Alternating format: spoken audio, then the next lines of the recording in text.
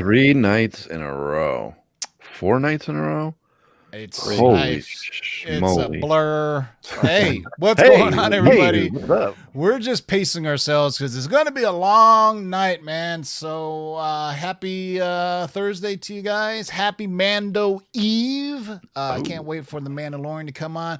We got a big-ass show tonight, man. We have, first of all, the regular movers and shakers list. On top of that, my man Matt was like, hey man, I also want to talk about all the comics that got a bump because of all the Disney investors calls. So we got another 10 15 slides for that as well.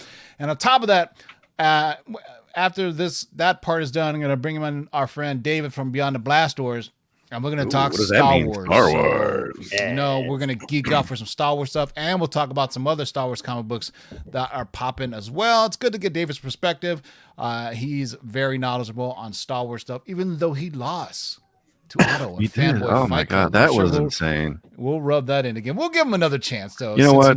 We definitely need to bring that back. Yeah, so sit back, relax, put on your headgear. Here we go. We're going to give you a trip through the atmosphere. So hang out, boys and girls. If you're happy and you know it, clap 2 times. If you're happy and you know it, clap 2 times. If you're happy and you know it and you really want to show it, are you happy? Hell yeah! What's your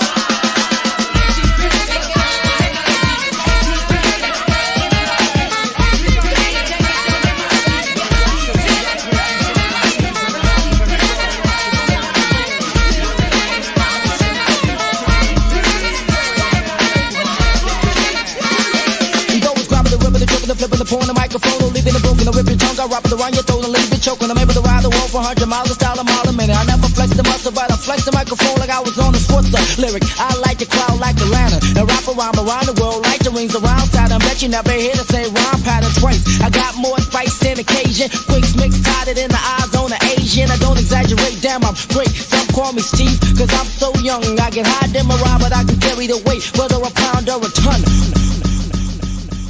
Fuck that black, rolling over brakes like skate. I'm down with ACP, 2 special catered cornflake. I DOG, any sucker tryna gas me. The KACG, simply considered crafty. With more fat jokes than Red Fox wrote. You showboat, you couldn't warm it up with hot cocoa and a house coat. We get it swinging like the Red Sox with dreadlocks. I throw on my boots and kiss you tighter than a headlock. Hard like a cock and dropping shit just like a buttocks. I got you constipated, so here's where the shit stop. You jock my dick like a chick and play the kink game. Can't be fly if you can't fly a plane. You can't be a captain if your name ain't Kurt. You can't swing a dreamy if your mic don't work. You can't be rapping hip hop if the shit you're rapping's who? Can't touch it! Yeah, whoever said that, fuck you.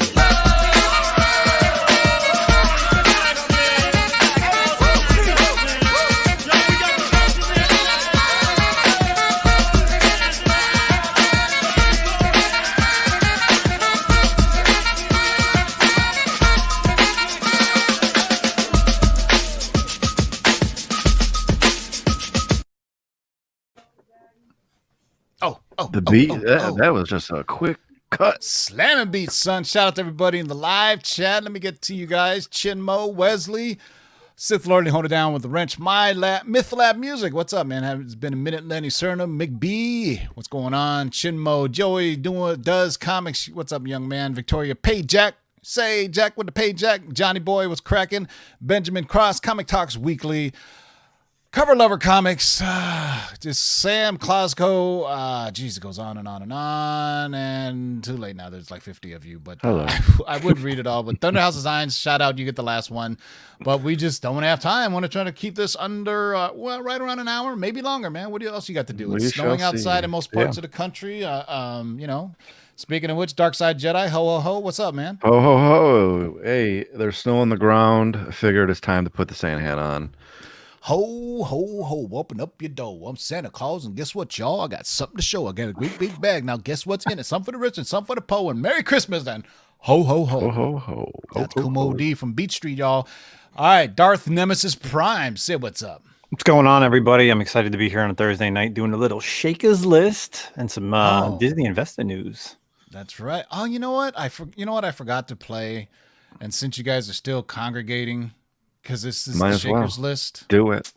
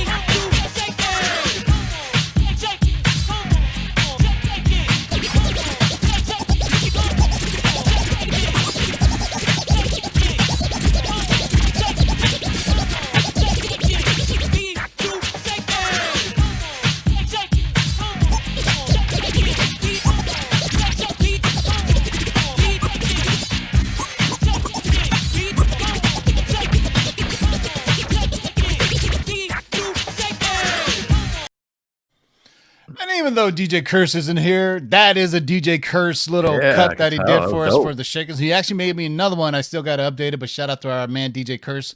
He'll be back next Tuesday. He wasn't, but he's here in spirit, yo. Easy to say, we are the best comic YouTube show with the best DJ in all the land. I agree. Quite possibly the only show. Now with we got to DJ. get Wordburger. Yeah, I Let's spit agree. some rhymes. I know. You know what I was thinking? I was going to get DJ Curse and Wordburglar That's what on. I'm saying, DJ Curse yeah. spinning some instrumentals and Wordburglar freestyling on some dope tight beats. Let people throw stuff out in the. You can super chat it. Oh, kind of like what's his name, right? That guy Yeah, that does those that crazy Mark Reblay freestyle or whatever. Wednesday. Oh man, that guy is dope, man. He is All good. right, so this show once again is sponsored by our friends over at CovrPrice.com. Go to CovrPrice.com for all your comic book trends, price guides, collections. This list, the top 50 shakers, the top 50 movers, all kinds of good stuff. What's different between this list and the Cover Price top 10 is this is highest dollar value for any single book as opposed to the Cover Price top 10, which is a culmination of units sold and percentage moved and as far as price from like $5 to $30, what have you. So also Rocket Comics, go to Rock Comics, tell them the Lord sent you, get 20% off your first pressing order. Also, KRScomics.com. Use discount code LOTLB to have 15% off anything in the KRS Comics store. And our friends over at the Geeky Swag Shop. You can see Brian at the bottom sporting the Lords of the Long Box right there. He's got pull-up hoodies and the zip-up hoodies. I am wearing the zip-up. It has Lords on the back. The pullover has Lords on the front. And they're selling in blue and black. If you look for red, you're not going to find it because these are the variants. VIP. I actually have a closet of about 3 or 4 black pullovers that I will either give away or sell. If you're interested, hit me up, man. I ordered a bunch of extras and I never wore them. So they're extra large, large, and double XL, I do believe. So hit me up on the social medias, as the kids say, and we'll see what we can do. All right. So let's flip the script. We normally start at the beginning alphabet. So let's start. Let's just do that before, I don't want to throw everybody off, man. Since I also have the graphics in that order. So this would mean that we're starting with the odd number. So that means, Justin, you're first, right? Yes, I am. All right. The first shaker on the list. This is a book that's been moving. What do we got, Justin? We got Batman 313. So if you guys were specking on, Lucius Fox's other son as being the next Batman, you are wrong. So the identity of DC's future state's Batman was revealed last week to be Tim Fox, not the other Fox. Jane, you ignorant slut. Yeah. This first appearance got super hot. It's going to be the future state Batman, hit an all-time high of $382 in a raw high grade. This is Batman 313 from 1979, and there is actually a Whitman variant out there, which I can't imagine what the Whitman would go for now. The 382 went for a high grade raw. So if you want to sometimes read through social media to get clues on what's what, on my Instagram, I had posted the picture of Black Batman, and I said, who do you guys think it is? And if you read through the comments section, a lot of people guessed right and some guessed wrong. My friend, The Big To Do, actually told you what the issue number was on that post. He says, look at Batman 313. And this was before it was revealed that he was going to be that. So shout out to my man, The Big To Do. He was knowing things. So there you go. Batman smart guy. 313 for the future state stuff. It'd be interesting in 6 months from now when we revisit these. I would love to do that and look back at the future state stuff and see where it is. I guess it all depends on the sales because, it's kind of like Miles Morales, perfect example, right? One of the only leftovers from there's a couple, obviously Spider-Gwen, but there's only a few leftovers from the Ultimate Universe that really kind of stuck so popular that they eventually put them in at 616. Maybe the future state will do that. You never know, right? That's just how the comic book world goes. So first on the list, Batman number 313. Oh, look at that. Look what you get, Ryan. Ooh, What I do know. you It's a got book next? we've seen a few times on these lists. It's Darth Vader number 3, the Oh, Lord have Salvador mercy. LaRocca 1 in 25. While we didn't get any Dr. Afra news during the Disney Investor Summit, disappointing for us, I guess. About the only thing, right? Right, that didn't stop her first appearance from hitting new highs this week. With this variant selling a CGC 9.8 for $13.50. Wow. Time to sell. Right? Many Get my speculate that graded she'll shit. have a place somewhere on the long list of upcoming content. I mean, as we saw, there's a ton of stuff coming out. The fourth print is also doing very well for this book. It sold for $200 raw and $750 for a CGC 9.8. I got to get mine graded, man. I think it's just a matter of time, before, because, people are specking on the Legends, which I guess are Dark Horse comics. And, before nobody thought that would happen, but obviously Filoni is blurring the line between canon and Legends. Everything that is canon, definitely you would think that they're going to use. So Star Wars, Darth Vader #3, Salvatore La Rocca, 1 in 25 variant. No. Ciao bello. Okay, during this run, where is it? This Darth Vader, where does it put it in the timeline? It's in between New Hope and Empire. Because remember, issue 1 starts right at the end of New Hope. So you pretty much have a timeline of whatever after the Battle of Yavin, and I'm going to tell you guys this. Here is my spec, and I will tell you when you could see this character. She could show up on the Cassian Andor show. Reason why: it is right before Rogue One. She is old enough. The Cassian Andor show is a spy type of movie. She's an archaeologist who goes bankrupt, so she likes to be a little bit of a spy in a way. If you've read the storyline, I could see her showing up in that show. That sounds pretty logical. You heard it first. She is old enough. It is a possibility. There you go. These nuts say it. Spec book alert. I haven't used that Spec in a while. it. Spec. Oh, did I get to say stack 'em, flack 'em, jack 'em? Oh, got to be. All right. So Star Wars Darth Vader #3, Salvatore La Rocca, 1 in 25 variant. Arrivederci. All right. Next up is a book I don't know much about. Never heard of it. Genius #2 from Antarctic Press from 1993. What the fuck? Yeah, this adult furry comic. Do you think? Yeah, it's suggested content, which turned explicit, which did turn explicit by issue 11. Had a very small print run of only 2,500 copies. However, it's particularly notable for containing the first professional comic work of the man Terry Moore, who did Strangers in Paradise, Echo, and Rachel Rising, as well as the first appearance of the Strangers in Paradise characters, Kachu and Francine. That actually appears in this book. It has a one-page feature at the end of the issue featuring furry versions of Kachu and Francine, who directly ask the reader for an input on new comics, which eventually becomes Strangers in Paradise, published 2 months later by Antarctic Press. I am almost afraid to ask for whoever has this to tag us on Instagram. Please dollar do. bin fodder. I guarantee this is. For if you're collecting furry comics, I don't think I want to know if you have them. But hey, I would love to know because actually, tag us so we can share it to anybody that you have a furry comic. By the way, I'm pretty sure our boy Seeking Ymir Comics said it because he's a big perv. He has all these pervy issues. So David. Doesn't someone I know have a big box of Penthouse comics? Hey, man, they got great articles in it. And I do have a giant box of porn. And actually, there's some great issues on it. There's a Madame Hughes covers in there, a Milo Manara covers in there. So maybe I'll share my Penthouse comic magazines for Christmas. It's the holiday. Mature audiences only. I'll blur out the hooters and the hoo-has. You know what I'm saying? Because there is full-blown hoo-has in there.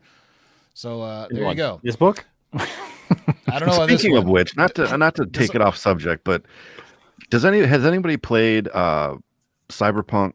Yes. Is there when you're first creating your character, is there full-blown nudity when you're creating your character? So that's true about the penises, the boobies, the dildos, everything. Yes. If you pick a guy, you flat out see him naked. If you pick a girl, cock and balls. Yeah. And then when you're a girl, you see her boobs, nipples, and her vagina, and you can actually give the women a small dick. Hold on. Joey does comics. Plug in your ears. Put on your earmuffs. Wait a minute. You plug can in your earmuffs. Kid Collector Comics and Joey's. I'll show you later tonight. I will create a new character in my game, and I'll send you a picture. But apparently, the glitches are even like when they're fully clothed, like their parts are just popping out. So, that article I sent you guys, where the developers are trying to figure out how to get less dildos in the game, that is the most 2020 headline I've seen so far for Cyberpunk. So there you go, man. Wow. number 2 for those who've been paying attention to furry comics from Antarctic Press. So too bad our man Otto couldn't make it tonight because he would love this comic, but Otto unfortunately has chronic back issues. He threw out his back shoveling snow today. What is he doing shoveling snow? I know, right? So, people our age don't shovel snow. Okay, you damn right. Yeah, pay a kid to do that. They got to, what I heard was watching the news. That's heart attack. Kids don't even have snow days now since they're doing remote learning, so they're just working from home, which sucks, Yeah. But next up on the list is one of my favorites, and I know it's one of Otto's favorites. It's kind of a surprise that this book is on the trend this week. Apparently, many are speculating that a shadow on the regular cover of crossover number 3, which is a nice Donny Cates, salute to Donny Cates, matches the outline of rating of Shogun Warriors. While the spec can be a hit or miss, it's definitely moved copies enough to hit a new high sale of $165 for a CGC 9.8. Yeah, and unfortunately I didn't put it on there, but you guys can see it. But basically on the cover of crossover, you see a shadow of what looks to be a Shogun Warrior. So, yeah, look it up. Type in crossover number 3, and you guys will be able to see it. Yeah, very cool cover.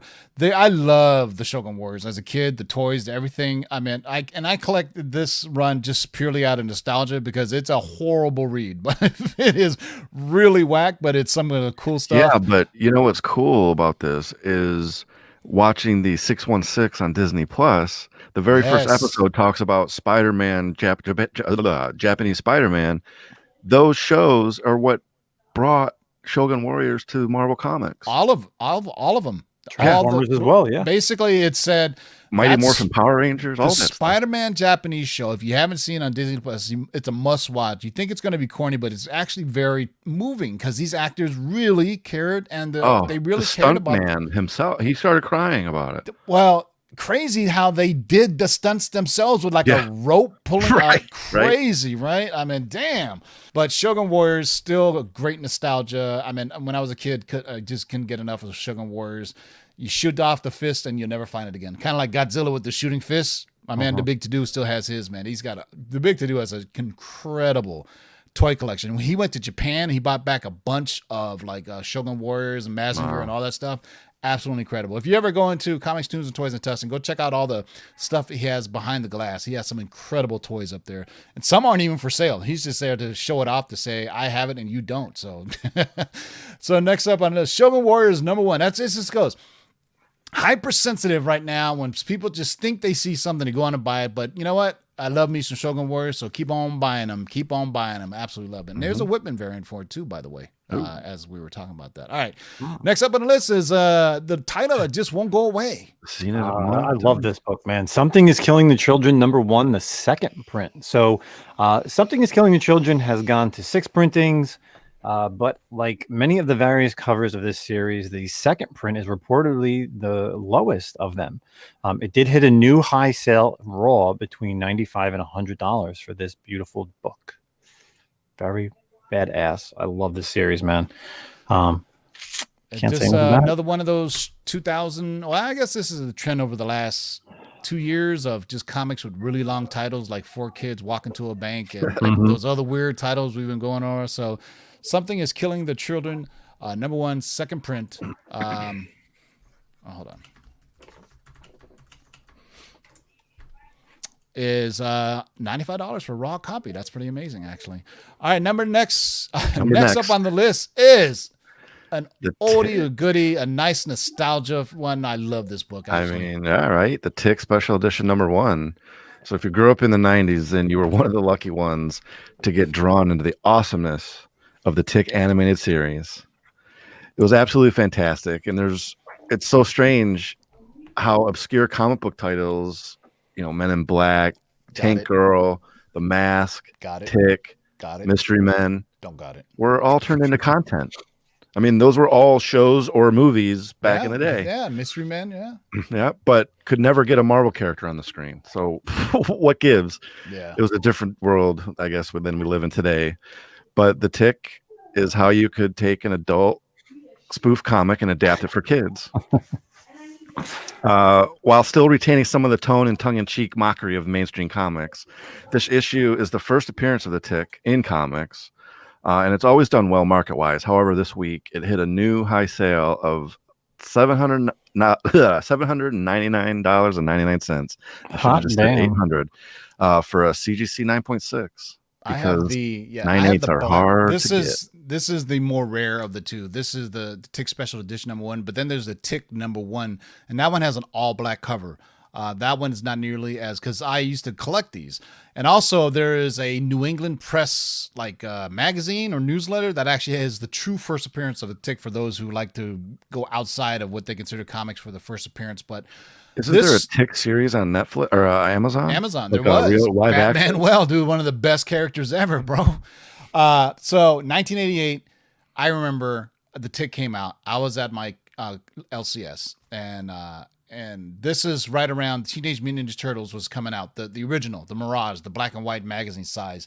And this comic came out, and my LCS owner said, I go, the Tick? I mean, he goes, well, Teenage Mutant Ninja Turtles sounds pretty stupid too, didn't it? I go, you're right, I'll take it. So, Right. back in 1988, he told me to buy it, and I did. I actually ended up giving it to my buddy who was moving to Australia, and I know he's a huge Tick fan. I gave him my #1. I should have never, but this white one is still one that eludes me. The white cover. I have the all black cover. Both are really hard to get in 9.8s, and they're black and white comics too. So, who knows? I think the Tick will never ever come again, but it does have a cult following, right? People absolutely love the animated series. That the little butterfly dude. Never say cracks me the never. hell They're up, man. redoing the Toxic Avenger for Christ's sakes. I'd rather have never say never. Amazon needs to bring back the Tick. Give it a bigger budget. Flesh out the story. But the actor they chose to play the Tick on Amazon, absolutely perfect. He was the dude that was on Friends. He was or what was it? He was what's her name's boyfriend, and he's like he's got square jaw. He looks like an Anchorman. The guy who does the voice for Joe on Family Guy. Yes, he was like the perfect Warburton. Tick. Something Yes. Warburton. Yeah, perfect Tick. All right, so the Tick #1 is the next book on your list, and let's get to the next one. Ooh, look at that. Oh man, this book is killer. Superior Spider-Man #17, the J.G. Jones 2099 variant. Spider-Man 2099 was definitely littered with tons of variants from J.G. Jones as well as J. Scott Campbell, but this one made the list with all the MCU and Star Wars smorgasbord of new content. The Spider-Man universe is just getting started. Between the Into the Spider-Verse #2 and Spider-Man, the third movie, we're going to be seeing a different bunch of characters, especially an alternate Spider-Men or Spider-Women movie, leading the charge into the multiverse into Spider-Man 2099. He does have a ton of variants, but this is the one that everybody wants. It's done by, like I said, the great J.G. Jones. Very tough to find. A solid copy sold this week in a CGC 9.8 for a high sale, $479.99. Beautiful. Awesome cover. Shout out to Lenny Cerna for the $5 super chat. He says, thank you for the scoops. Appreciate you, brother. Thank you for the $5 super chat. And if you missed it, I think it was yesterday. Me and Ryan talked about some. It was originally a Doctor Strange scoop, and then it went into a Spider-Man scoop, and then it ended with a Felicia Hardy scoop. So, yes, it did. Yeah, if you Go like get those ASMs 194s. Go get them. Go get them. Yeah. So if you haven't, go peeped out our show from yesterday. Tomorrow, I'm going to be doing a special live edition of Letters of the Long Box, and Mikey Sutton is teasing a big scoop for me, but he doesn't want to tell me until I'm live, so that he can see my reaction live on the air. So we're gonna have a scoop during the live edition of Letters of the Long Box. Try to answer as many questions you can. We'll probably start it earlier in the day, maybe 4 p.m. Pacific or 5 p.m. Pacific. If any of these fine gents want to join, they can, but it'll be tomorrow. So for the next Letters of the Long Box, where me and Mikey Sutton answer your viewer questions. So Superior Spider-Man #17, the J.G. Jones 2099 variant, hitting damn near 500 bones. Damn. All right. Next up, what do we got, boys? Next up, Uncanny X-Men #500. Gorgeous. This is the Michael Turner sketch variant. And as we all know, Michael Turner is awesome. Okay, he's easily one of my favorite artists. I have a lot of his stuff. We picked up everything that he has that's been put out, and it's worth every penny, right?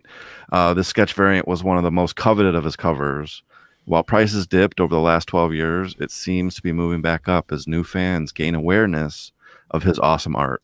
A CGC 9.8 copy sold this week for $799.99. Damn. That's amazing. People are still finding out about Yeah, well, I have Turner, right? the Teen Titans cover that he did is one of my favorites in my collection. I still have his first miniseries from it was Violent Messiahs, and his first miniseries he did the internal art for Image was called Ballistic. Ballistic was one of the members of one of the teams. And if you really want to see Michael Turner at the height of his powers, that Witchblade and Darkness run, incredible, absolutely incredible art, man. I just, man, gone way too soon, man. Gone way too soon. All right, let's see. What do we got up next, boys and girls? We got a little book.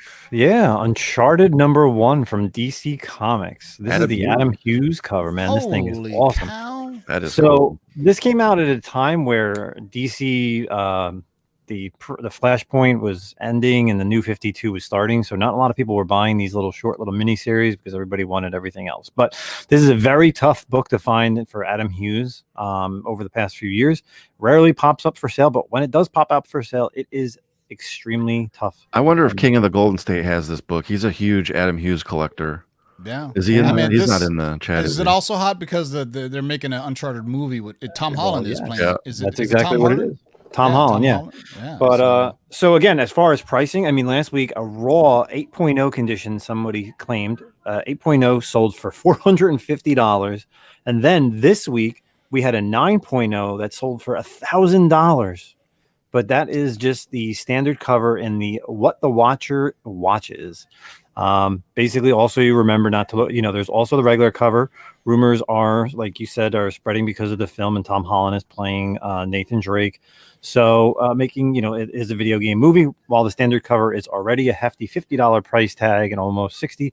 Once that trailer drops, guys, this book is going to blow up in price. It's already incredibly hard to find, which makes the copies very scarce and dry up quickly. This is one of the top selling / reviewed game series of all time that has millions of fans and one book. It's fantastic. So remember this is back in the days that they didn't even say variant on the cover. You know what I mean? It was. I remember the early days of Marvel. Yeah. So this is the Adam Hughes variant, right? Okay. Yeah, the regular cover is more of the video game. I see. Yeah. So Adam Hughes. Sully. Goodness. Who's Sully? Is that #1? Is that what Mark Wahlberg playing Sully?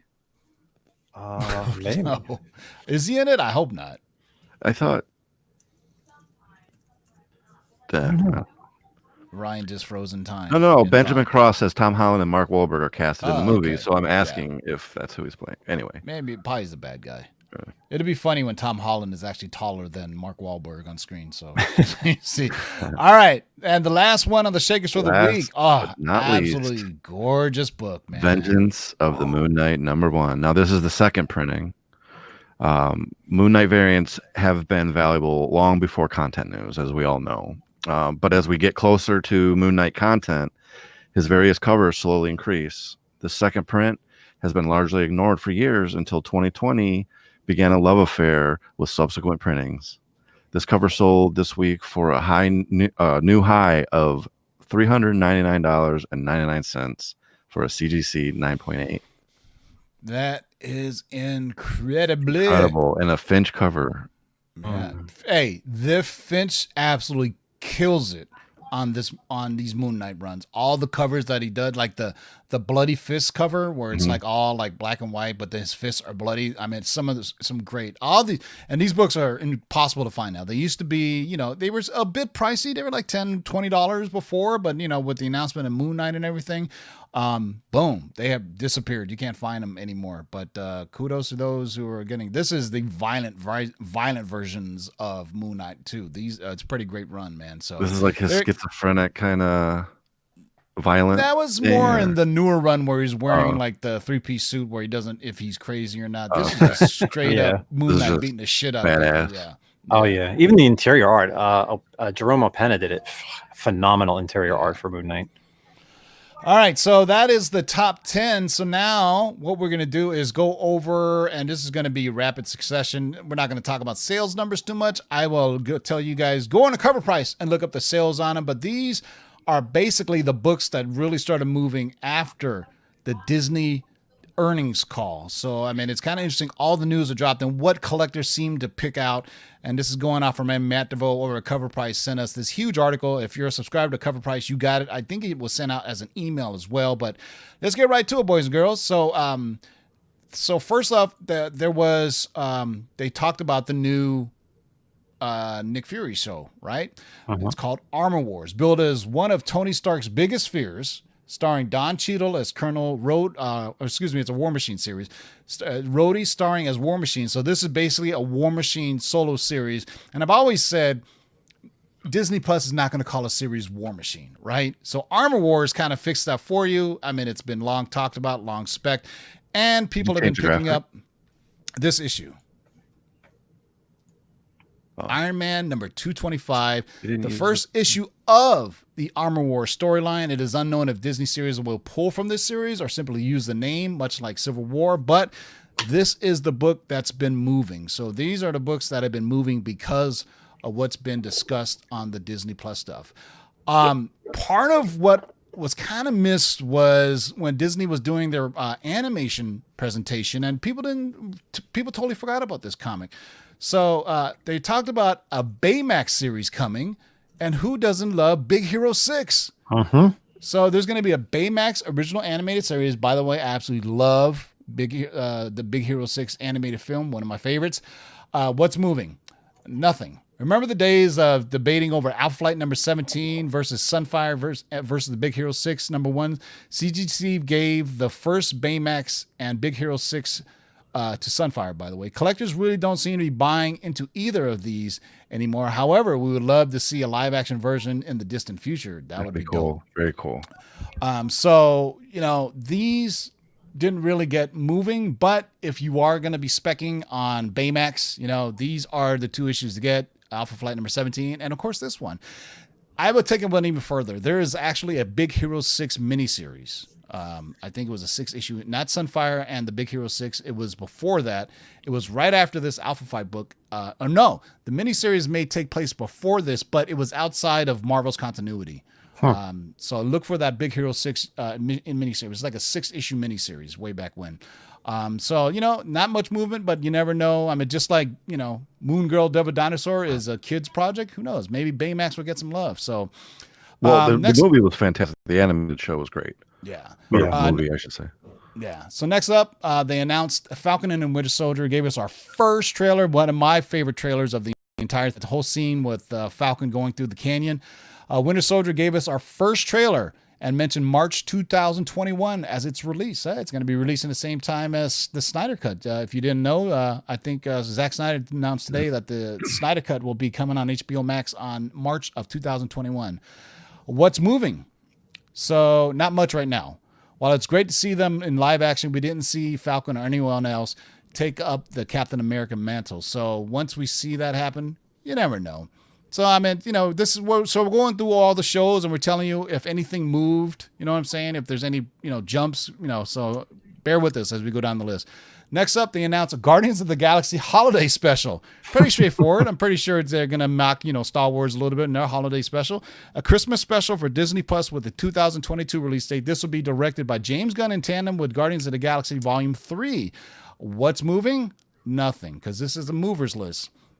So not much spec in regards to a Christmas special. We still need more news surrounding Guardians of the Galaxy 3. The predominant rumors are Angela and Nova for that. So unless there's a Guardians of the Galaxy holiday special we don't know about, so there you go.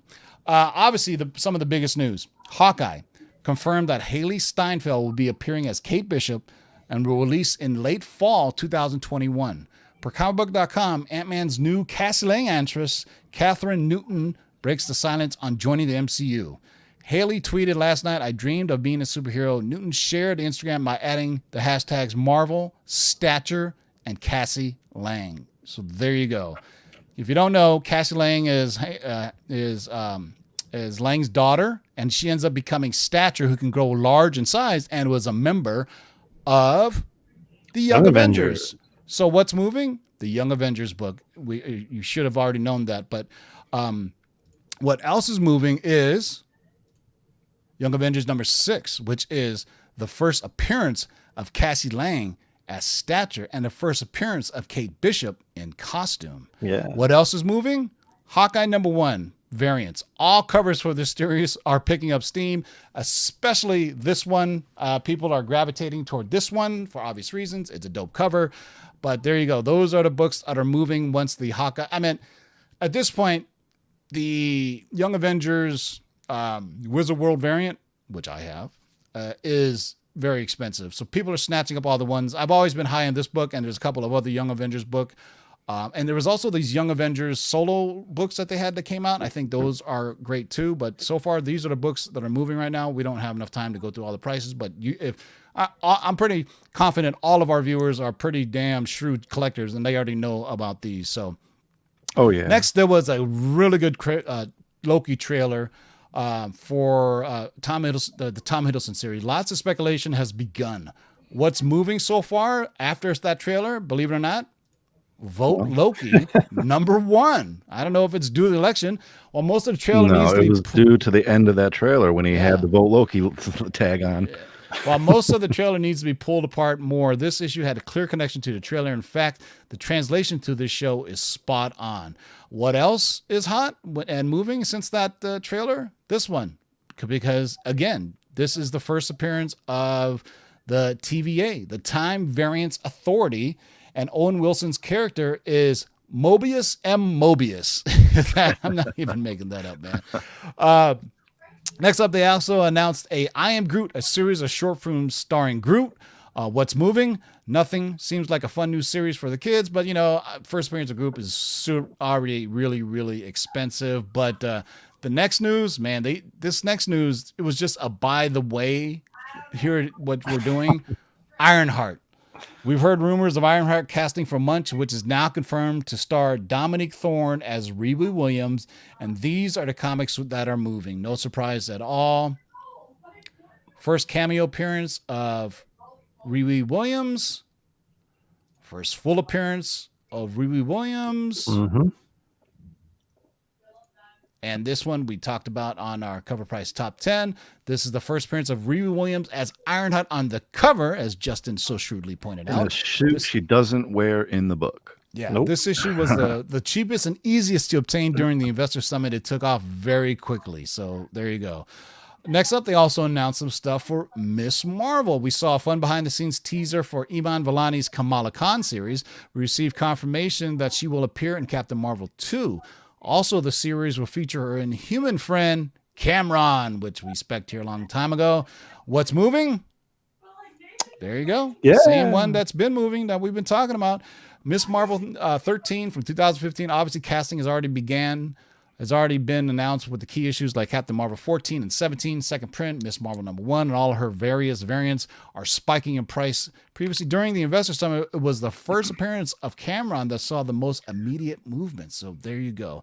And I jumped the gun on this because earlier, but here we go. Next show they announced Secret Invasion, with Samuel L. Jackson reprising his role as Nick Fury, director of S.H.I.E.L.D. alongside Ben Mendelsohn's Talos, the shape-shifting Skrull from Captain Marvel. And what's moving? No surprise. Secret Invasion number 1. Because, everything, the Talos book, I believe his first appearance is in the Hulk or some weird stuff. But when people finally found out it was Secret Invasion, they started snatching this up. Why didn't you listen to us last year when we told you Secret Invasion was coming? We Whatever, told man. you. Come on. Next up, they announced She-Hulk. Feige finally confirmed Tatiana Maslany as She-Hulk / Jennifer Walters. We all knew this despite their denial and misdirection. The series will be a cameo hub for various Marvel characters to come and go, leading a wide door open for speculation. Mark Ruffalo's Bruce Banner Hulk and Tim Roth returning as the Abomination will also be. That's the one that really surprised me, that the Abomination will be coming back. So what book has been moving? Of course, this one. Boom. This book is super expensive. Savage She-Hulk number 1. There are other various She-Hulk variants that are starting to pick up. However, this first appearance seems to be the go-to spec. And next up, the biggest news that was just, by the way, Thor Love and Thunder confirmed Christian Bale will play the villain of the film, Gore the God Butcher. What's moving? No surprise at all. Thor number 2, the first appearance of Gore the God Butcher. This the most fire out of all the books on this list. This standard issue caught on fire with prices Because it's right there on the skyrocketing. cover.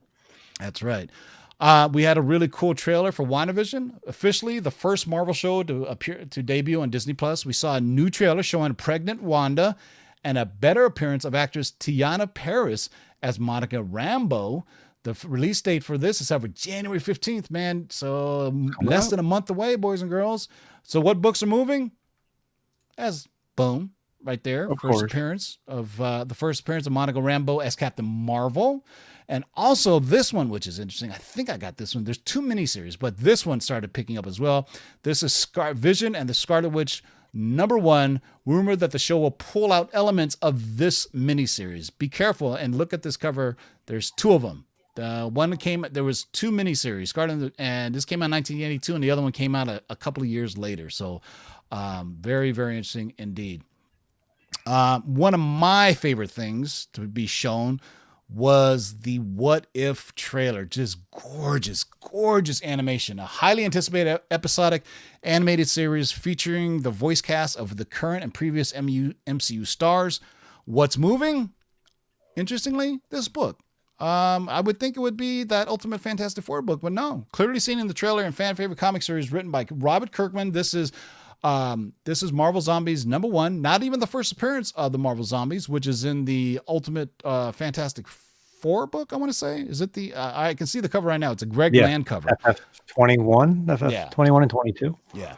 And also, what else has been moving? For those who laughed at me when I showed this book on my haul saying that this character is going to be coming loosely based on her, Exiles #3.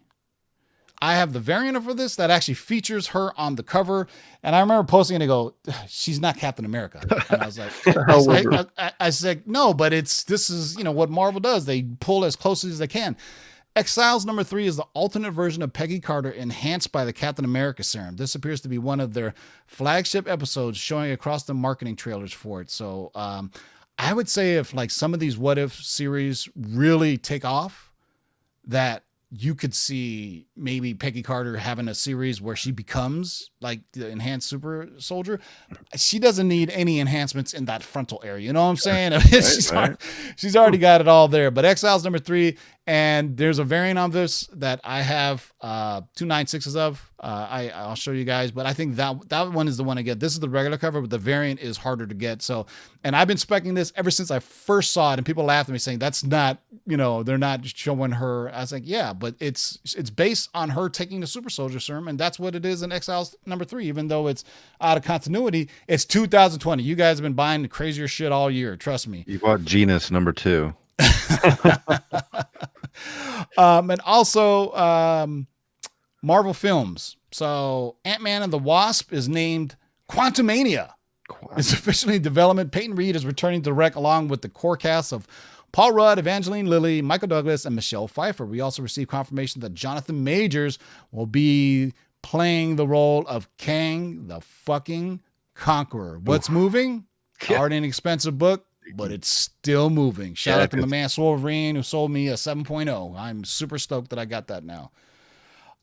So also kind of sad news, but they talk about Black Panther 2 will not recast the late Chadwick Boseman as King T'Challa.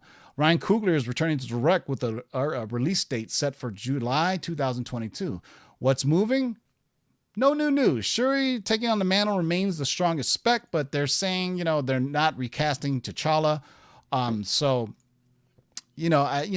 It can be anything. It can be multiple versions of, him coming.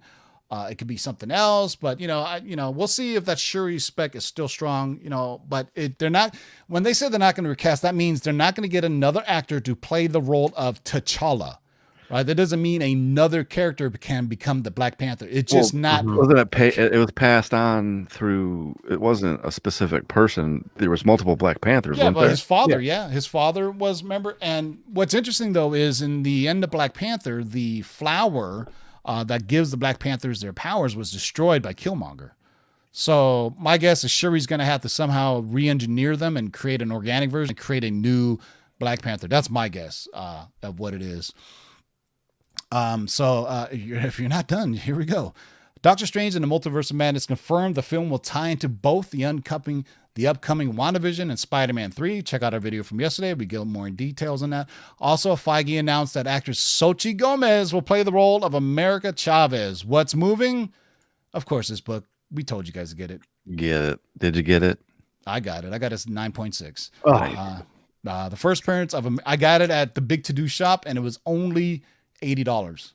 This was way back when. It was just sitting on his wall. I said, I'll take that. I know what's going on. But her first appearance of America, while also pretty pricey, saw some new movement. However, her various variants, second appearance, and early issues are all seeing slight bumps in price. And next up, Fantastic Four was officially announced. The first family officially joined the MCU. What's moving? Well, this is a tough one. It's already one of the most expensive comics ever, so no significant moving on any FF books right now. Here is my thing. As soon as they find out who or what storylines they're going to use for the FF, which is going to be a while, it's interesting. I think most of the stuff they talked about was for Disney Plus, not much of the movie side. Really, they only talked about, if I look at my notes here, they talked about 4 movies: Ant-Man and the Wasp, Black Panther 2, Doctor Strange, and Fantastic Four. So that... I'm sorry to interrupt. What's the first appearance of their kids, like Franklin Richards and stuff? Because I was thinking, you said Disney Plus. Didn't they have a storyline where the kids got lost and the kids just had an adventure? Wouldn't that be great to put on Disney Plus, like a the kids Power go Pack? through? I think we talked about Power Pack. Yeah, we talked about Power Pack a while ago. So that was all the stuff, but there was some disappointments. So a quick mention of Moon Knight in development and Shang-Chi completing production, but no new info, no trailers, no nothing. No Mutant, no X-Men news. We're all hoping for something. Rumors persist of Rogue being the villain in Captain Marvel 2 and Omega Red in Falcon and the Winter Soldier, but there was so much time they had, and I think Feige still wants to hold those off for San Diego Comic-Con if it happens in 2021. If not, if the pandemic continues, I fully think after this presentation that Marvel will do what DC did and do their own fandom in lieu of San Diego Comic-Con next year, because they didn't talk much about any of the movies at all. Phase 4, 5, and 6, because most of these are the 4 movies they talked about, I think, are all in Phase 4, but there's a ton of movies that are in development. The Eternals, we still haven't seen the trailer for that, but that's it, man. We're only 2/3 of the way done with the show now. For those who like to talk about Star Wars, we're going to talk about Star Wars, and we're going to bring a very special guest, a friend of the show, David from Beyond the Blast Doors. How you doing, brother? Hey guys, good to see you. Good to be with you tonight. I'm excited to talk about some Star Wars comics. We are. We're going to talk about Star Wars comics, and we're also going to talk about the shows. And you, if you haven't followed David, make sure you hit up Beyond the Blast Doors on Twitter, on YouTube, on Tinder, on MySpace, everything. They're all over the place, man. Bumble. OnlyFans. Quibi. They were on Quibi for a good 5 minutes. But Grindr. Hey now. But we'll talk about some of the comics and we'll talk about all the announcements, and then we'll talk about the comics. But then I also want to get your take on some of these shows. And I know it's really early, but what your opinion is, because you know a lot of people in the Star Wars orbit, since it's a space themed thing, and what you think is going on with it. But let us go down the list, since I have notes and everything. But all right, so the success of The Mandalorian brought new life back to Star Wars, and Disney's ready to push it to the limit. Most of these are all packed with potential appearances. However, all speculation at this point, and honestly, it's a little hard to pin down anything concrete for a series as deep and rich as Star Wars universe. We'll do a general call out of the books that are heated up on this below. However, we'll keep you updated for more direct connection trends as they come up. Check out this week's top 10 where we had 4 or 5, and those are the ones that we're going to talk about. But right now, it's just a little bit too early, but it hasn't stopped people from speculating. So let's go over the first book here, David, and I sent you earlier, and this was on our CovrPrice top 10. And this is one of the books that got a serious bump because of the investor meetings. Star Wars Rogue Squadron #1 is a 9.8 for $135. This is the first appearance of, what is it, Justin? This is the first appearance, or the first mention of Rogue Squadron, or our first appearance of Wedge Antilles? No, this is just the first book of X-Wing Rogue Squadron. So Star Wars 60, and correct me if I'm wrong, David, is the first mention of Rogue Squadron, which used to be Rogue Unit, right? Yeah, that's totally right. Yeah, It's a great book. I've got a lot of. First off, it's always exciting to see a Dark Horse Star Wars book thrown up on any list. Those were like some really good times that I think that a lot of fans missed out on, and I think a lot of fans underappreciated. But the Dark Horse books were a lot of fun. This X-Wing series was a lot of fun. A lot of people know more about the game than the comic series, but I got a lot of friends who have this book, and you could still find it going back like 6 months ago. Actually, I talked to a buddy of mine that sold picked one. it I up. sold one for a very little amount in an auction about 3 months ago. very little. As a matter of fact, it was issue 1 through 4 that I sold. If I can make a confession, I had that Darth Vader 3, the Afro variant. I did not get $1,300 for it. I'll tell you that. Right? Yeah. But, So it was for those who weren't paying attention or turned off after Star Wars or Marvel and just paid attention to Marvel. So during the Investor Summit, it was revealed that Wonder Woman's 1984 director Patty Jenkins will direct a new Rogue Squadron film set to release in December 2023. Obviously, that gave this first Rogue Squadron issue a nice bump in sales, and it sold 30 copies at a 7-day trend of 245% at its high sale. This is the first reference of Rogue Leader. Mm-hmm. So that's why this book is jumped. And the assumption is, and I don't think, David, they've even talked nearly about what it's about, Red, but the assumption is, at least by comic book speculators, is it's going to feature Wedge Antilles. What do you think about that? I don't know if that's going to happen. You know, we've heard from Patty Jenkins saying how this is going to be what she hopes to make the best fighter pilot movie of all time. And we're wondering if this is going to happen after the events of Return of the Jedi, or if this is going to happen after the events of the Rise of Skywalker. There's a lot of speculation that it's going to be either before or after, but not directly in that sequel trilogy, which, if you look at all the titles released, there's nothing in that sequel trilogy era, which is pretty interesting. You want to lean towards after Return of the Jedi. You could have a lot of fun in that time period. You could have an older Wedge Antilles. You could have a lot of fun with characters in Chuck Wendig's Aftermath trilogy of books that came out in 2015. Really solid stuff there. So there is a lot of potential. Everyone that I'm talking with leans towards about 3 to 6 years after the events of Return of the Jedi. That would also put you in the same time period as The Mandalorian, which we're currently enjoying right now on Disney+. And we have some X-Wing fighters on. There were, yep. And, and I talked on your show, actually, that I think we'll talk about that later. We'll talk about what our expectations of the finale of The Mandalorian. I love geeking out with Dave and the Star Wars stuff. The next Star Wars book that got the bump, kind of related to this, is this one. This is Star Wars number 5.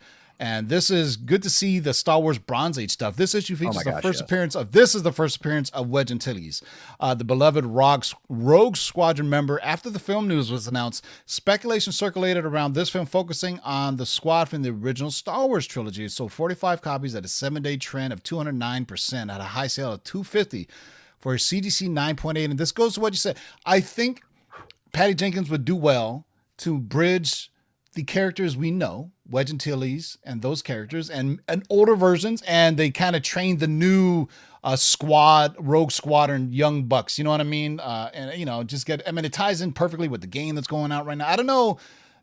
I never watched Resistance, so I don't know much about Did you watch Resistance, David? I did. I mean, that was definitely the animation series that was focused on the younger fan. I will tell you this. What do we know about Patty Jenkins just with what she's done with Wonder Woman? She knows how to build a character up. She knows how to world build. And those are two things that are really important in Star Wars. We want to see vastness in our spaces, and we want to see depth in our characters. And she can bring both that. I'm so thrilled that she is in the Star Wars universe, and you're seeing that crossover really happening right now with Star Wars from the MCU, with Patty Jenkins joining Kevin Feige. We got Peyton Reed, who directed Chapter 10 and also directing the season finale, which we get in about 5.5 hours. I already we just spoiled it talked earlier, about that, actually. Pedro I Pascal. can, though. Yeah, Can I Pedro flex Pascal. real quick? Yeah. Oh, wait. There we go. I have it. So it's not graded, though, but it's fun to have it. When I read the list, I was really excited. I had 4 of the 5. So we'll get to your first appearance of Ahsoka Tano in a second to show it off, but I just want to warn you that one of the people on this panel has about 8 copies of it. So just one and he won't share it with the rest of us, which is bullshit. Man. I've given away like 5. I should have held on to them.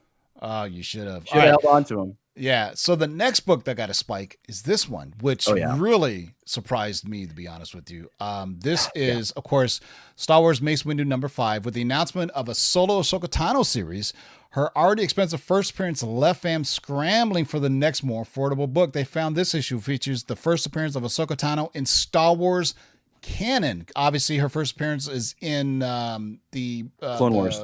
The Clone Wars, which was, separate from what they would consider Star Wars canon, like the regular Star Wars, Darth Vader, and the Kylo Ren books and all those. So this is the other book that, if you missed out on Ahsoka Tano or you couldn't get a copy because Justin Nemesis Prime bought them all up, then this book is name names. interesting enough. This is, and that's the thing about comic book collectors. If we can't get the first appearance, we get the first issue. If we can't get the first issue, we'll get the second appearance. Or now it's like the second printing and third printing. Go ahead, David. I'll let you show off your first Ahsoka Tano there. Well, I'll tell you, I have that book that you just flashed on the screen. I can't find it though. Since I moved, I have all my boxes kind of scattered. So just today for this show, I actually pulled my boxes back out. But I do have this guy, and Nice. Frank him in the right. I don't have it. Do you want to give that away? I meant since you gave all the other ones away. The next auction, I had as many as 5, so I didn't have as many as Prime. But yeah, I mean, they were all gifts. Alex, the comic book hoarder, has one of my books. But no, it's a great story, and this Clone Wars series overall was slept on by a lot of people, and it was pretty fun. A lot of fun stuff with Kenobi, and so if you can find it, obviously you want to pick it up. But I do have that Mace Windu cover, and that arc for itself was fun. But I don't think anyone foresaw it being picked up because of Ahsoka's popularity. So if you happen to have it, you got a real gem in your collection right now. I know you're busy and you don't catch our weekly Tuesday show, but there's been more and more Star Wars books popping up all the time. Mm-hmm. And I say this is the Mandalorian effect because prior to this, I mean, the Clone Wars series came out, Rebels came out. Nobody was really specking Star Wars books. Yeah, but the Mandalorian effect, as soon as they saw live action versions of animated characters, they just lost their mind. And plus, it's 2020. Collectors have been sitting at home just waiting to buy shit. Yeah. It might be broader than that, though, real quick. I mean, I think it's not really the Mandalorian effect. I think it's Disney Plus and the potential live action in general has to show. Exactly. I mean, we'll talk about it in a little bit, but 10 series here in the next 3 years. We're going to go down the list of everything that was announced, and then we'll get your thoughts on it. So, and the last book we saw that really moved was one of my favorites, Star Wars #2. Another Disney announcement was that Obi-Wan Kenobi was getting his own series, which we all knew. His first appearance in this issue has been long undervalued and also features the first appearance of Han Solo, the Chewbacca, Millennium Falcon, Jabba the Hutt, and the Death Star. So it sold 32 copies. And before I do that, I wanted to do this. Let me share my screen because it's not just these books that are moving. So let me do this. Let me hide my porn window here. Chrome tab. So is it at least Star Wars porn? Oh yeah, they're all like Star Twi'lek. Make it better. Make it Twi'lek. So let me go full screen layout. Is it there? Oh, I guess I gotta get rid of this first. All right, so this is the CovrPrice website. And these are if you sign up for the full subscription of $6.99 a month, you will see all the movers and shakers. So these are the shakers of the week today. Just today, these are the highest values of books that hit. So, and what we're going to do is just look for Star Wars books specifically. And there's the Darth Vader book that we talked about, first appearance of Dr. Aphra. Nemesis Prime, we're going over this earlier, and we're like, that's some interesting stuff. This one, to me, is very interesting. This is Star Wars Legacy. I have that one. This whole run was a great story. I love this run. What's the significance of this book again? All Adam Hughes covers. Is that why? First appearance of Darth Talon, who's like one of the main characters who everybody likes in this series. So it's a combination of Adam Hughes and the first appearance. So, and if you look, 9.8 sold for $700 on December 16th. That was yesterday. I'm getting that graded. There you go. I'm telling you. I've got 2 of those. Let's go. Yeah, man. So $700. So obviously everybody's favorite, my favorite. I still have this in a 9.6. Star Wars #1. This book has been weird. When the new Star Wars trilogy movies came out, this book got a spike because Luke Skywalker was coming back. And then it settled in this price range right at around, I would say on a 9.6, because that's what I have, of right around, $250, $300. But it's going up. So if we look, the last 9.6 just sold for $753. Wow. So that is significant because I remember mine was only at $350. So now I'm glad this one's getting some love. And if you have the price variant, you have won the game because that price variant is so beautiful. This, we were just talking about this. Green cover. Very nice. Dr. Afra last sold $515. Jesus. This is the third print green variant. That's wild. There is a red variant. If you just click on this, you get to see them all up. Actually, here, let me scroll down. You see all the variants, all the issues. This is considered a key appearance. First appearance of Dr. Afra. That's the book that I have, that cover.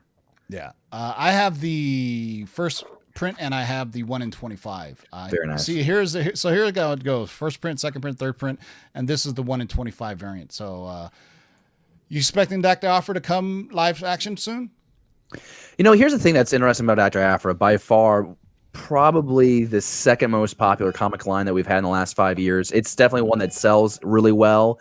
But making that transition from comic to TV or to live action, that's kind of tough. I really thought that we would see her in animation before the big screen. Before I knew what the Acolyte was, I kind of thought that Leslie Headland was going to be doing a Dr. Afra series. That's something that I had heard. So when the Acolyte came out and we learned that it's 200 years before the we'll Skywalker talk about saga. that in a minute. I'm excited about that. I guess what I'm saying is I don't have anything concrete anymore because my theory was spoiled. Yeah. So, so here's another interesting book here, and we were talking about this on the list. This is in the Shakers list. A raw copy sold yesterday for $500. Damn. Wow. Star Wars: Dawn of the Jedi, Force Storm. And Justin, this is a book that is canonically chronologically the oldest Star Wars story told in comics, right? Yes. Wow, I got this for $4 last week. It blows my mind. But yes, Christ. so the Dawn of the Jedi Force Storm was even though it came out in 2012, like you said, and we were talking it is the oldest storyline where they're known as the Jedi. So it's not spelled Jeedi, it's JE-DAII, I believe. Yeah. So it's. That goes to that whole Tython thing and how the the early Jedi were on there. But so let's go and obviously this one has been hot. This is the Star Wars graded 9.8, just sold for $4.95 for the Star Wars Bounty Hunter. So obviously this is still Mandalorian goodness, and people are loving. Interesting Garbage enough, series. They didn't announce a Boba Fett series. Were you surprised by that, David? They might be holding on to it. I'm cautiously optimistic. I really hope that Boba doesn't bite it here in this finale. I don't know if Boba. I don't know, a whole series. That seems like a stretch. I'd like to see him pop up in maybe one more of these other spinoffs. Yeah, somebody needs to take his ship. Because Mando doesn't have a ship, but we'll get to that in a second. What we think is going to happen. And this one, look at that, Star Wars #4. Good to see some Bronze Age goodies getting some love. $4.75 for a 9.8, and I'm trying to remember. Good Lord, 1,000% trend. I'm trying to remember. Wow. This is a first appearance of whom in this again?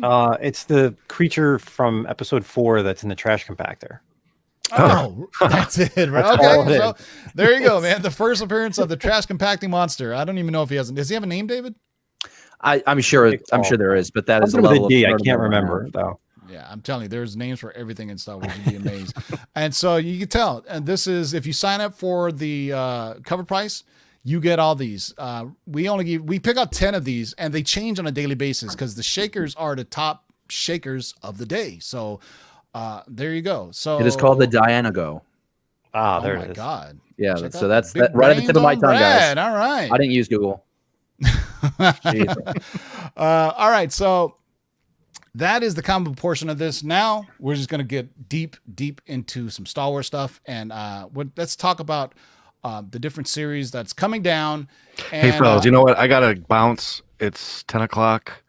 I got to do some stuff, but... that sounded really shady. I know. It's shady. Right. It's on the download. I guess the Force isn't strong in this one. Yeah, but enjoy the Star Wars talk. David, good to see you.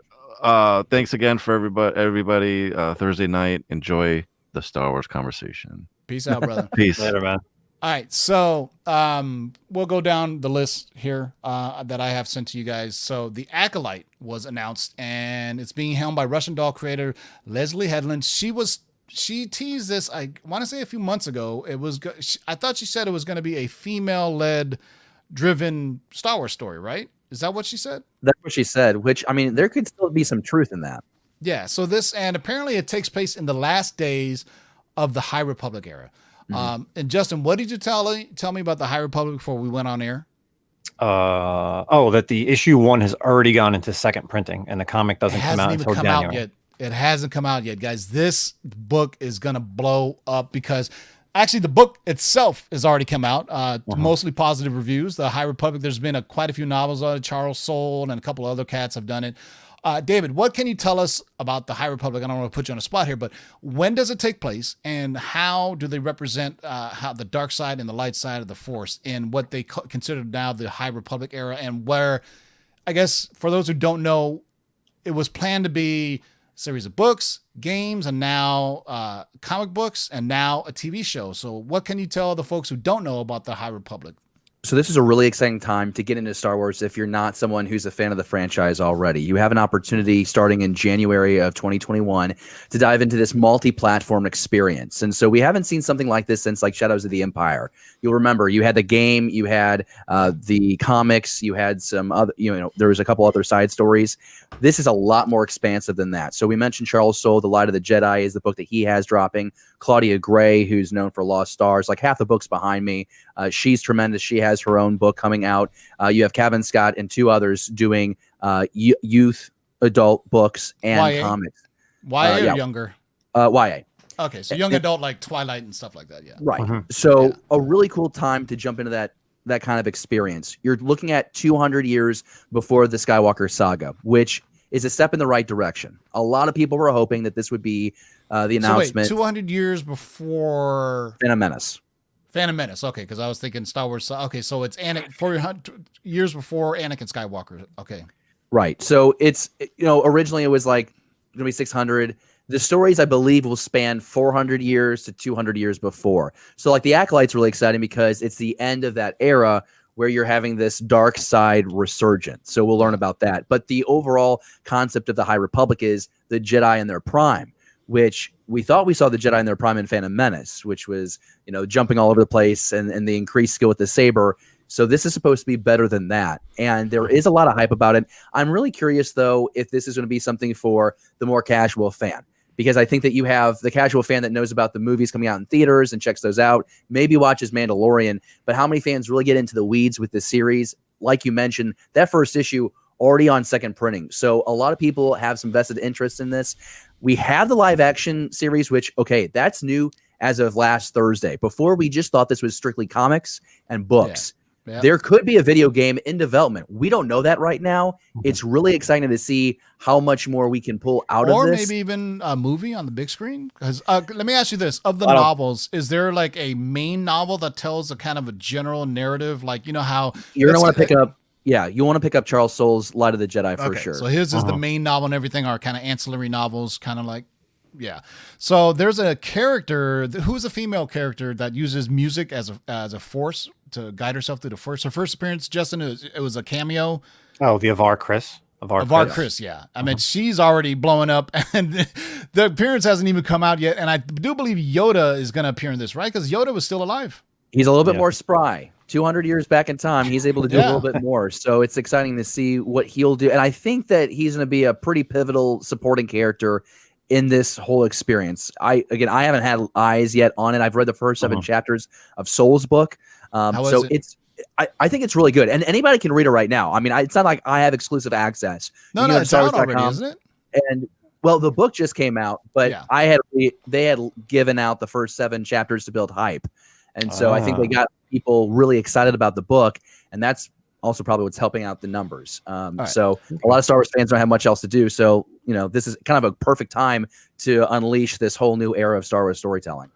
And I'm going to take these next 2 and lump them together because they're taking place in the same timeline as The Mandalorian, which is really exciting. This is almost like world building. So we got the Ahsoka Tano series, which has finally been announced, that we teased last year, that we heard Ahsoka Tano was getting her own solo live action series, and a new one called Rangers of the New Republic. Obviously, we all know about Ahsoka Tano, what could possibly happen. Briefly, do you think Ahsoka Tano will, in that series, they will bring a conclusion to the finale of Rebels in that series? I think there's a potential because the timeline seems to be a little blurry right now with Mandalorian. Dave Filoni talked about this, how the Mandalorian could be happening before that prologue scene or epilogue scene from Star Wars Rebels, where you see Ahsoka come back on the Jedi cruiser and pick up Sabine. So I would love that. I know we had Thrawn name dropped in Mandalorian. I'd like to see Thrawn be the overall bad guy. Something I've been saying is I think that we're seeing the formation of the Star Wars streaming universe. So not the MCU cinematically, but here on streaming, this is where it's all going to be connected. And I'd like to see Thrawn be the Thanos of that universe. That would be dope. Yeah, that'd be really awesome.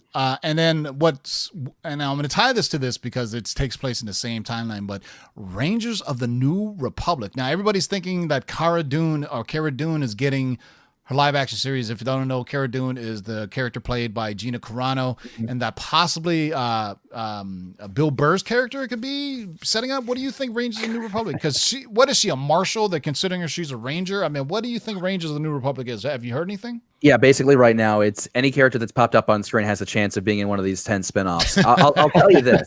I think there's potential, right? And it certainly feels like that's what they're teasing when they come back and they have the one New Republic X-Wing pilot give that medallion to Gina. Gina becomes the marshal there on Navarro. So I think that's what they're setting up there, and I'd be fine with it. We've heard rumors of a Gina Carano spinoff going back to season 1. Which was surprising because really there wasn't a whole lot of Cara Dune in season 1. We've got a little bit more. I don't know if she has enough acting chops to carry a series, to be honest with you. Well, and I think that's a really fair evaluation of it. And granted, who's also going to be in charge of that series? I believe that's Jon Favreau taking care of Rangers while Filoni leads the Ahsoka. Favreau is really good with working with talent and elevating their abilities. Yeah. And I think, I mean, I will give anyone the benefit of the doubt. I don't know about Bill Burr, though. I think it's just the fact that Bill Burr is in Star Wars blows my freaking mind. I've listened to his stand-up for decades. Star Wars, right? And he craps on it all the time. And you know what, though? That scene from the last episode where he guns his old supervisor, Bill Burr gave us a really deep moment and one of the best executed scenes, I think, in Star Wars the last decade. So if you were to say Bill Burr will return and play Mayfeld in that, I would have no problem with it. Let's do it. And the best thing is they let Bill Burr be Bill Burr, which makes that role so great. So how about this for the Rangers of the New Republic? You got Bill Burr, Cara Dune, and Timothy Olyphant's character. Starting with those 3. That would be interesting, but my impression is Cobb Vanth doesn't, like, he's not leaving that little town that he's been protecting for a while. But maybe now that they've killed the Krayt Dragon, maybe he's free to go do that and he sees a higher purpose. That could be really exciting. When you have talent like Timothy Olyphant, for example, you don't want that to be a one-time thing. You'd love to find a way to include that actor and that character in more and more stories. And he played that character. That was like the Western roots of this series overall has been great, but there was something about him in that Boba Fett armor that you really felt immersed in that moment, and he really grabbed your attention as a fan watching that show. So yeah, if he came back, would be great. Not hearing though that he will make a return. But I think all the actors, seeing how the popularity of the Mandalorian has just taken off, they'd be like, you know what? I would definitely sign on to do something because it is Star Wars money's great money. Oh yeah, I mean it can't go wrong, man. And plus, you're part of something that's just absolutely, taking over. I mean, let alone Baby Yoda or Grogu. Spoiler alert! But they announced a droid story featuring R2D2 and C3PO. Why hasn't that comic droids been blowing up? I do not know why. I have a copy for some odd reason, but it's it's probably for kids, I would imagine. So. And the next, probably the second, or probably some of the biggest news was the Obi-Wan Kenobi, and they announced the return of Hayden Christensen as Darth Vader. Now, how are they going to do this, you think? I mean, because, Hayden is young, you got the voice of James Earl Jones. Is he going to be in Darth Vader costume? Is it going to be flashbacks? Is it going to show maybe stories we haven't seen between Obi-Wan and Anakin? How do you think that's going to play out? It really could be all of the above. What do we know about Obi-Wan Kenobi right now? We know it's 10 years after the events of Revenge of the Sith, that puts it 9 years before the events of A New Hope, which is perfect because you probably have this hermit Kenobi out in the sand dunes of Tatooine who's And still a young struggling Luke with Skywalker, maybe we get to see a 5-year-old Luke Skywalker. maybe. I think the assumption is probably from afar. Who knows? But you have a Kenobi that's probably struggling with PTSD. You've lost your best friend. You've lost the war. Your entire order has been Well, destroyed. you kind of chopped off your best friend's arms. That's. And you left him for dead. He's dealing with I a have lot the of high emotion. ground. Yeah, exactly. Yeah. And Deborah Chow is ideal to be helming this series. So what I'd like to see personally is flashbacks into the grittiness of the Clone Wars. I think it would be great to see Obi-Wan Kenobi and Anakin side by side in their clone general armor fighting against the Separatists. I think that'd be a lot of fun. Both Ewan, Kathleen Kennedy, well, I said both, but 3, and Hayden, I believe, they've all said something along the lines of getting to take one more swing at each other. So it seems like they're almost setting up like Vader and Obi-Wan showdown, which, your headcanon gets disrupted, right? Because you watch the original 77 film and you see that scene where Vader goes, I sense a presence I haven't sensed since.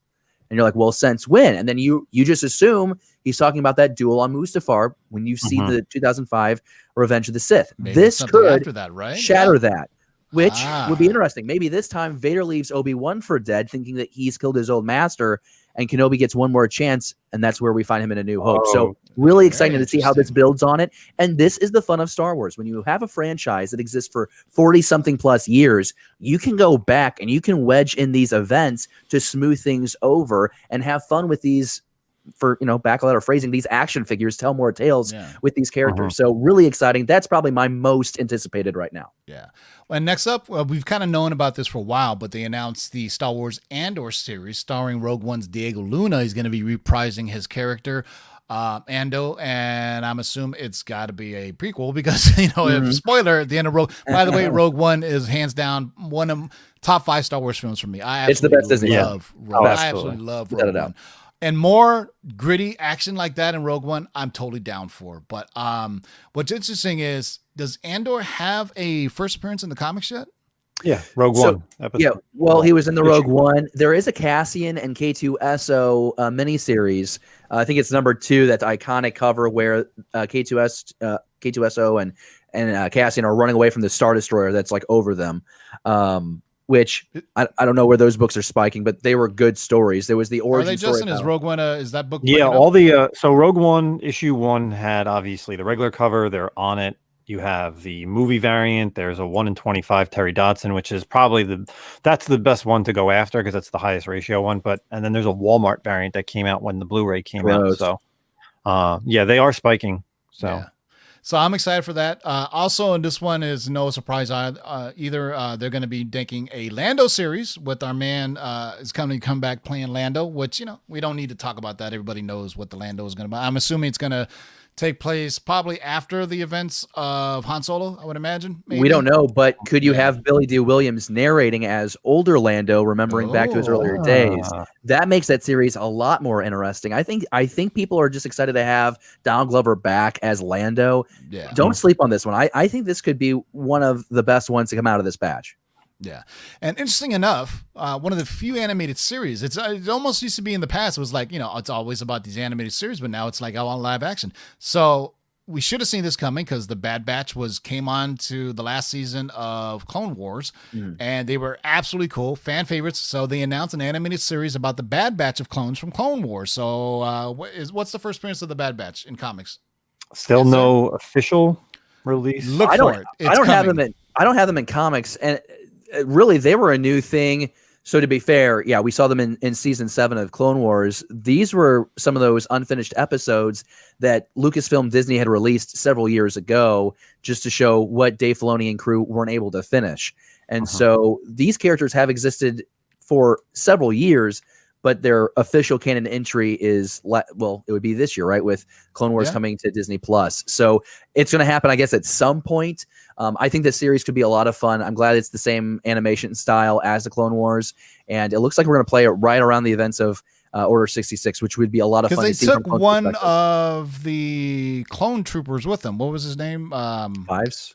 Yeah. They took Fives with them. So it's great to see where that story goes. I hope they don't I hope they don't finish the story of Rebels animated. I hope it's live action. That's my hope. That I would love to see, and that's why when I saw they announced the Bad Batch animated series, like, oh, cool. We still have a chance for a live action, version of Rebels to at least the finale where they go find Ezra Bridger. Thrawn has already been thrown out there. Sabine Wren. So looking forward to that. This is something I have been absolutely clamoring about ever since I first saw these shorts. Star Wars Visions will be an anime anthology series, and I'm assuming it's the same style as those Star Wars shorts they do that does the history. Have you seen those? Yeah, you know what I'm talking about, right, David? So yeah, you're talking about Star Wars Visions, right?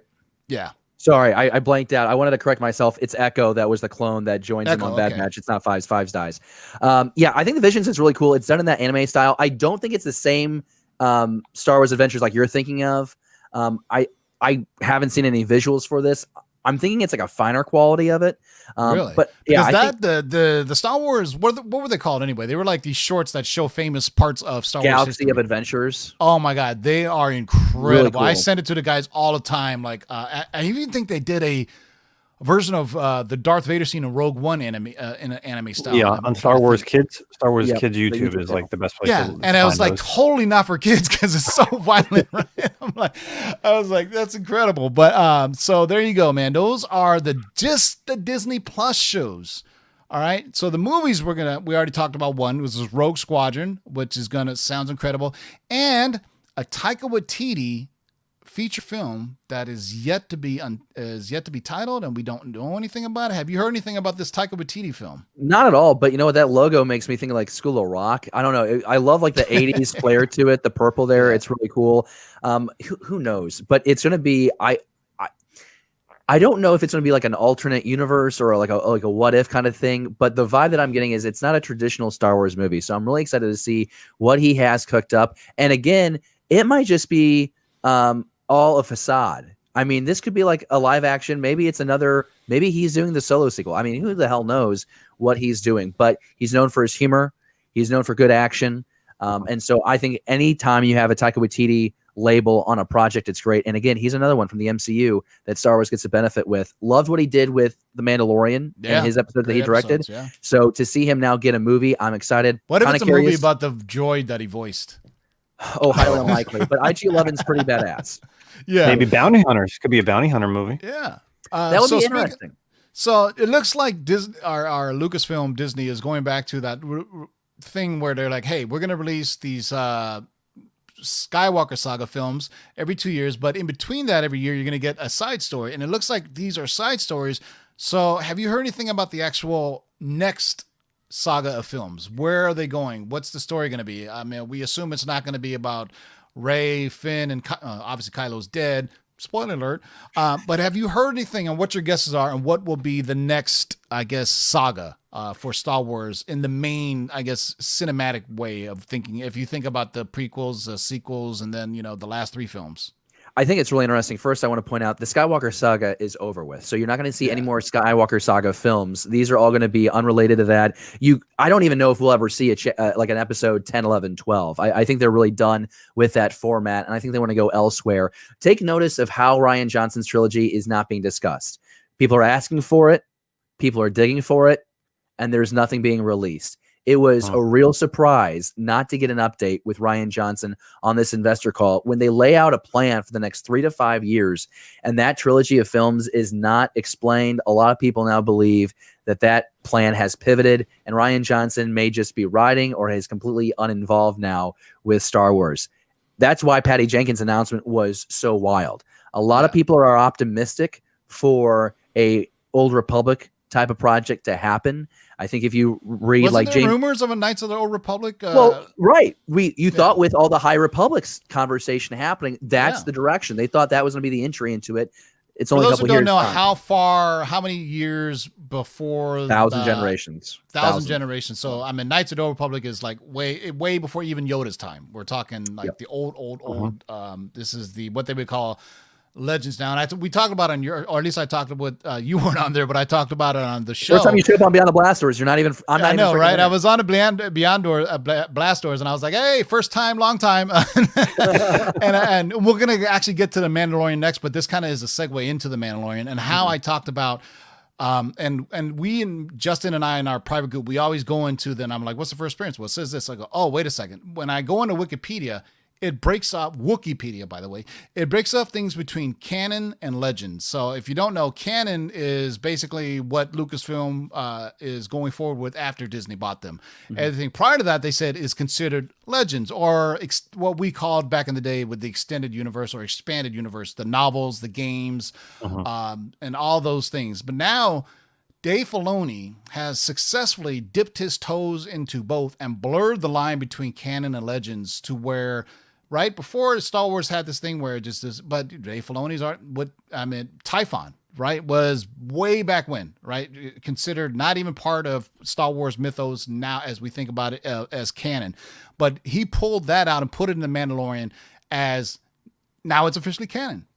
They went to the planet Tython. It didn't look like I was expecting this kind of war. I was expecting a really kind of turbulent planet, but it looked like Riverside in California, to be honest with you. Well, what's interesting is Tython has made an appearance in comics in recent years, and it was depicted as a snow planet. So now everyone's like, oh, it's like Earth, where there's multiple. We're so used to in Star Wars. Well, if it's a snow planet, it's all snow. No, but the Legends version, it's like a planet in turmoil because it's whenever the dark side and the Force, and it's like really, and I think at one point it got destroyed, right? Am I? Yeah, partially. Right? Partially of it. And so again, that's why it's interesting how we've seen a couple of different depictions over recent years. But yeah, I mean that's a real nice treat for anyone who is a fan of the expanding universe, because a lot of Star Wars fans got turned off when Disney made that purchase and basically said, all the money that you've invested in these stories, like enjoy those stories, but they don't really matter anymore. We're going to tell our new stories. And I mean, from a business perspective, it makes sense. I mean, you have to make revenue and you're going to retell all these stories or tell all brand new stories. But Dave Filoni and Jon Favreau too, give them both credit. They have found great ways of sliding in some of that stuff from the EU and really kind of bridging the gap. So it's been a lot of fun to witness. Yeah. They pissed me off when they killed off Chewbacca in the books. And that pissed off a lot of people with the moon. Correct me if I'm wrong, but the George Lucas still had final say on who they could kill from the main trilogy of films, and so they wanted to kill off a Star Wars character. They gave them a list of characters, and Lucas said you can kill these characters, but not these. And Chewbacca didn't make the cut. That's the story that I heard. I've heard something very similar to that, but I haven't talked to George recently to confirm that. But yeah, the moon coming through that pissed off. But it is a true warrior's Wookiee death that he got in that book. I mean, that's epic. I mean, you and I won't hopefully be taken out by a moon, but we did, and that's impressive. Hey, Tony Stark and Chewbacca both know how it feels to have a moon.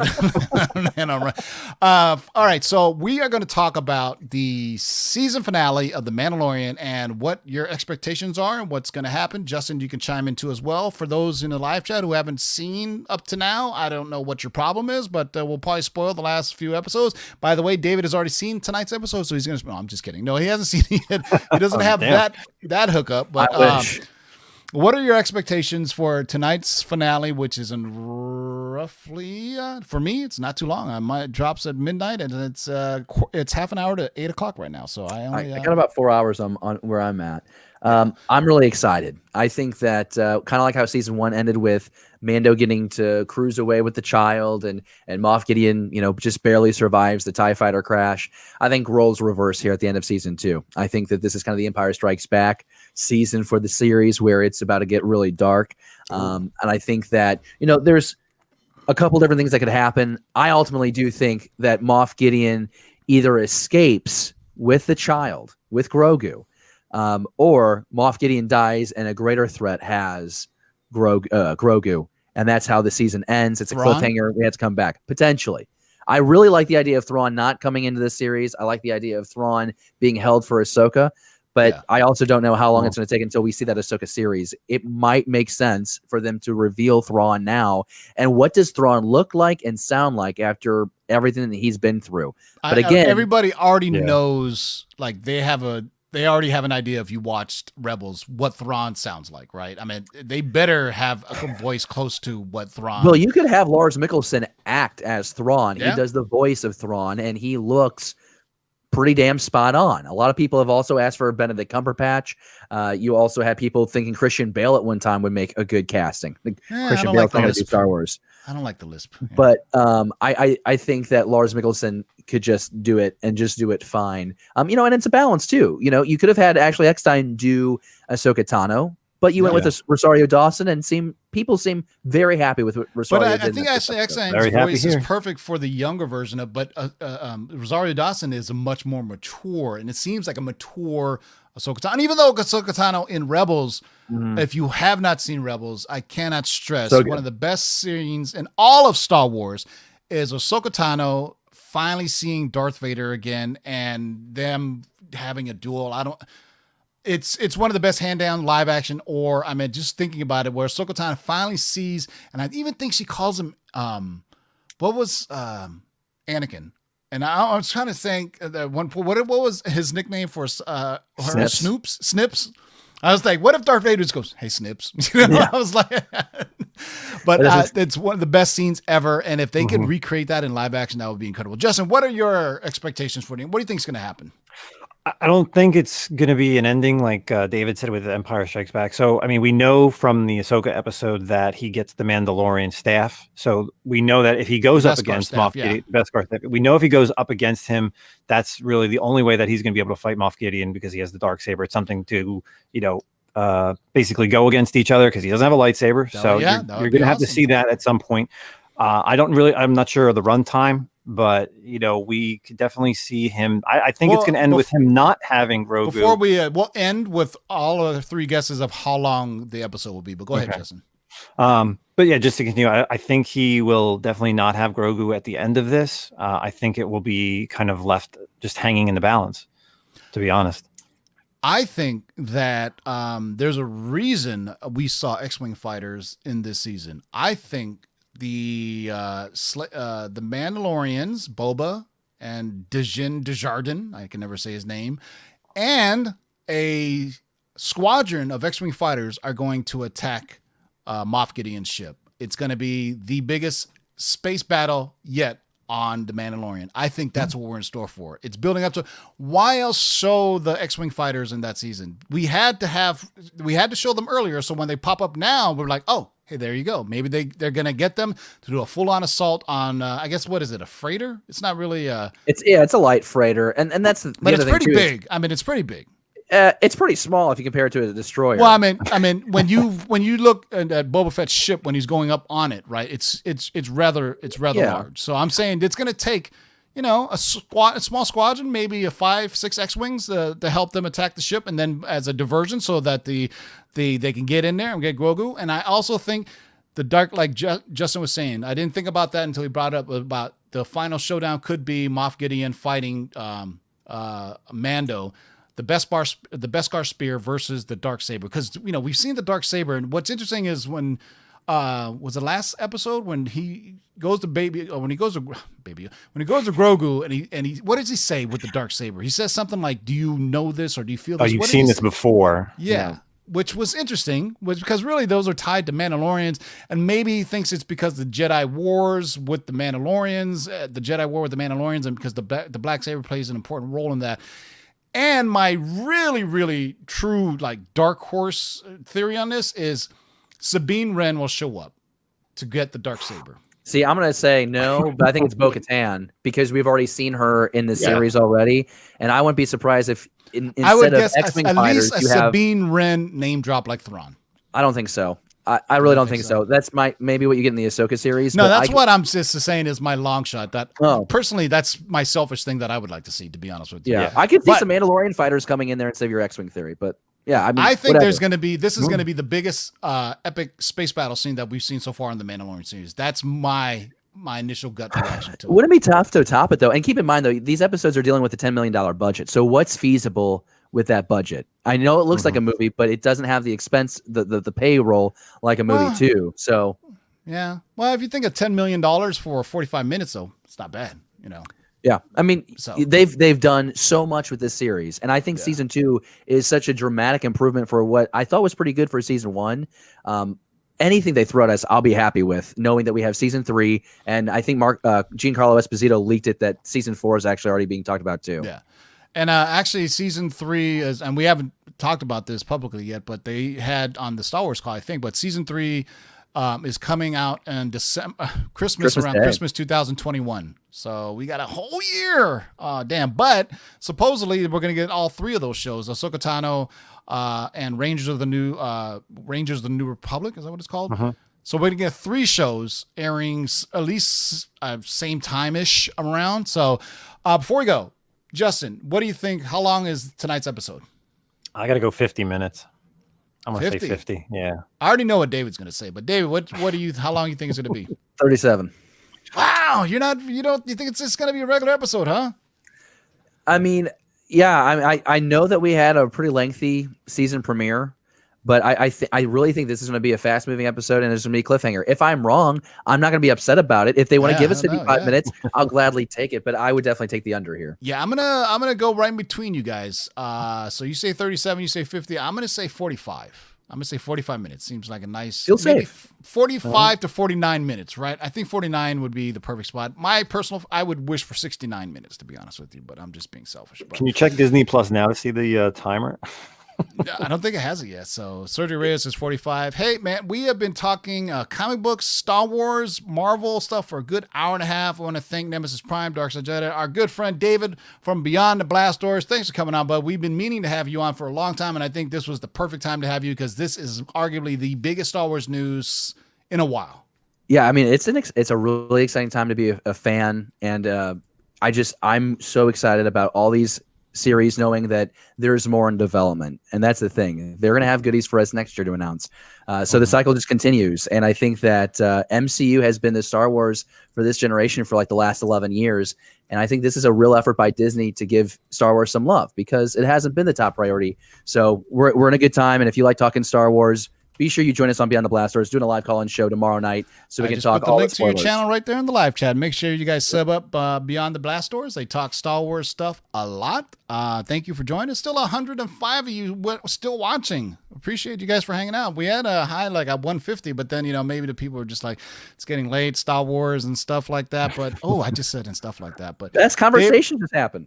I'm telling you, I can go on your show and talk Star Wars all the time, but sometimes I'm intimidated by some of the people on their show because they read every single book and I'm like, oh man, Well, that's a facade. Not all of us do. Oh, I think you guys could all hold your own. I can fake it till I make it. Come on, So That's the name of the game, babe. if you want us to have an invasion, we'll have all the Lords guys come on here and talk with you, man. Actually, we would love to come in here and talk about the Mandalorian finale if you'll have us. So that would be awesome. And that's what I'm saying. Join us tomorrow night. We're doing that live call-in show. It's going to be 2 hours. We might even move it up an hour so we can do 3. But make sure you guys join us. And when you hit that subscribe button, we always say, hit that alert button so that way you know when we go live. I mean, obviously, always hit the notification bell, guys, so you don't miss out. Follow our friends at Beyond the Blast Doors. Tomorrow it's going to be huge. Tonight, enjoy the Mandalorian for what it is, and enjoy it. Don't spoil it for others. Don't do that. Exactly. Don't be Don't that need person. that. You can spoil it on Tuesday. Sure. Sunday night. Mondays, people are too tired. Their defenses are down. They're like, what? I don't have all my force fields up, but give it till Tuesday to talk about it. But don't be that person that spoils it with a giant picture or something. But thank you for David from Beyond the Blast Wars, Nemesis Prime. As always, boys and girls, keep digging in them long boxes. And you know what? Because it's Manda Weave, may the force be with you always.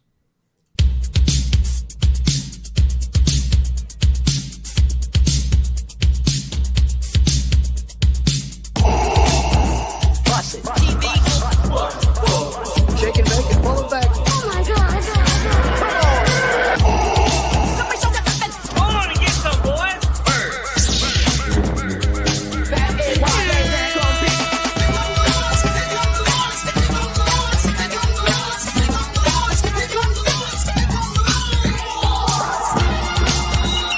In the great hall of the Justice League, there are assembled the world's 3 greatest heroes, created from the cosmic legends of the universe.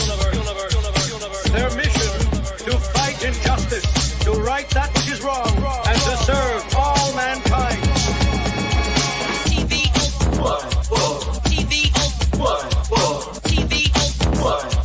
Now that's a name I've not heard. In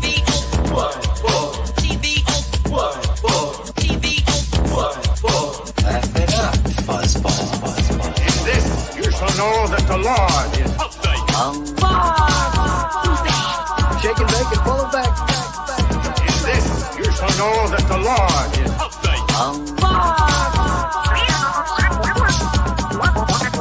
In this you shall know that the Lord is Go on and get some, boys. What the heck is the deal? I'm the best there is. In this you shall know that the Lord is What's in the box?